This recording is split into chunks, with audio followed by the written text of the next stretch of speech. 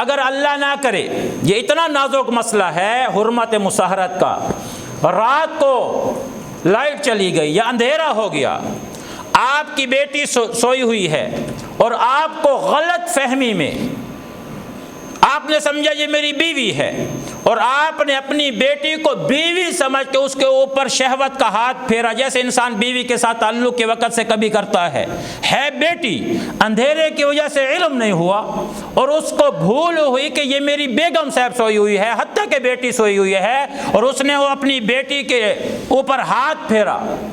اور درمیان میں کوئی کپڑا نہیں ہے، تو اس کو شہوت ہے اس بات سے، اس نے جیسے لیٹ آئی یا علم ہوا کہ اوہو یہ تو میری بیٹی ہے، تو اس کی وجہ سے حرمت مصاہرت ثابت ہوئی اور اس کی بیوی اس کے اوپر حرام ہو جائے گی اسی وقت۔ اس لیے نازک مسئلے ہیں،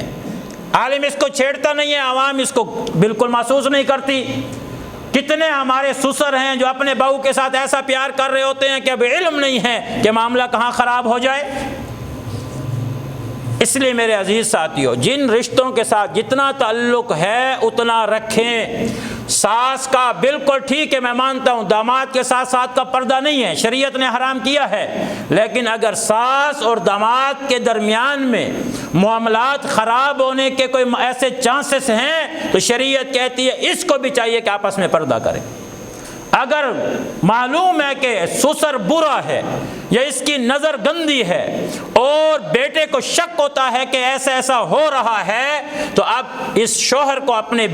بیٹے کو چاہیے کہ اپنے باپ کو روکے کہ آپ بے دھڑا میرے گھر میں نہ آیا کریں، مجھے یہ شکوک و شبہات کی زندگی آپ اور میری بیگم کے درمیان میں نہیں گزارنی، تو منع کر دیں۔